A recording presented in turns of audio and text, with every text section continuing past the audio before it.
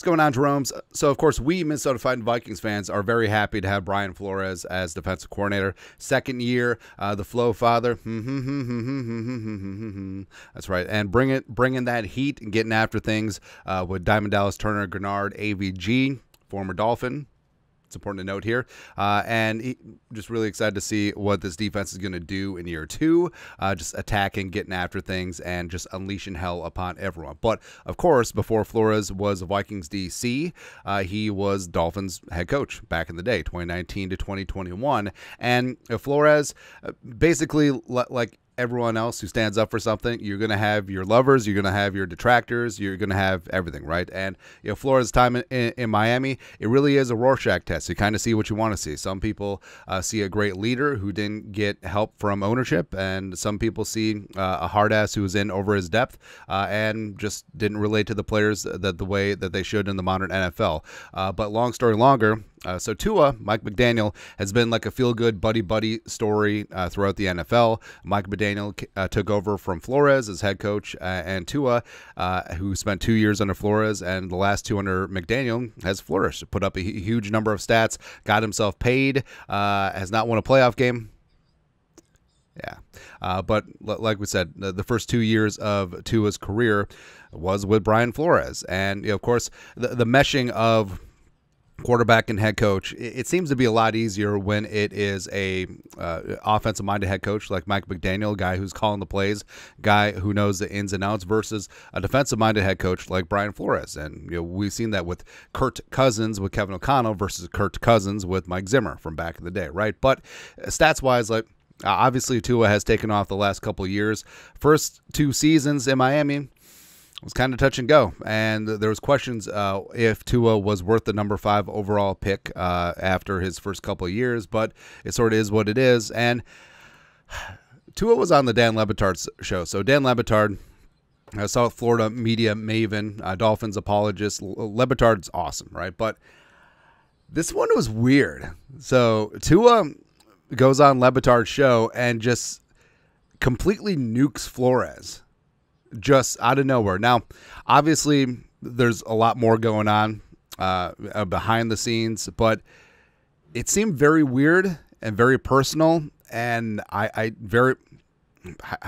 don't get it. But LeBatard asked him about the difference between Flores and Mike McDaniel, and this is what Tua said, quote, "To put it in simplest terms, if you woke up every morning and I told you that you suck at what you did," which is kind of funny, man. And also, frankly, Flores wouldn't be wrong if that's exactly what he said, that you don't belong doing what you do, that you shouldn't be here, that this guy should be here, and you haven't earned this right. And then you have somebody else come in and tell you, likely Mike McDaniel, because he said, dude, you are the best fit for this. You are accurate. You are the best whatever.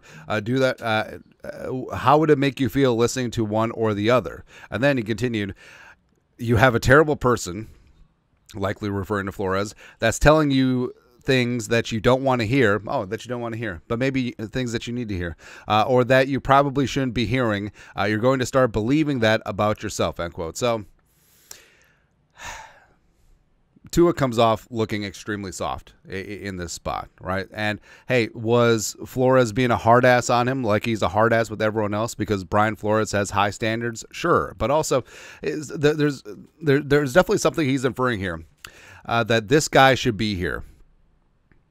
Is he talking about how the Dolphins took Tua at 5 in the 2020 NFL draft and Justin Herbert was there at 6? Did Flores prefer Herbert, or did Flores want a defensive player? It's also very possible as well. But I mean, if you're Tua, like, he comes off looking very soft and vindictive in this spot. Plus, it's really weird from Tua, right? Because Tua notably played college at Alabama under Nick Saban, one of the hardest of hard asses. Also, Tua admitted a couple years ago that his dad would beat him with a belt if he threw interceptions. So you got Nick Saban, noted hard ass, and Tua's dad, who Tua says hit him with a belt when he played bad. But hey, Brian Flores is the bad guy because Brian Flores is demanding, has high standards, and holds everyone accountable. Oh, he's the bad guy. So again, this just seems weird. This seems weird and personal, but I mean, there's some former Dolphins that obviously weren't fans of Flores, but is it that Flores was mean to them, or Flores just had higher standards that they're not cut up for, right? And you got guys like Xavier Howard, who earlier in this offseason, talking with Udonis Haslem, Mike Miller, that Flores, like, he's not going to dap you up when you do something good because you're supposed to do that. And Howard was talking about how he and Flores weren't buddy-buddy, but he respected Flores. And I feel like a lot more players, Javon Holland, relayed similar sentiments as well. Like, they respect Flores, but, like, is Flores going to be buddy-buddy? Is Flores going to be holding their hand? No. Now, is Tua, I mean, quarterbacks are a different breed.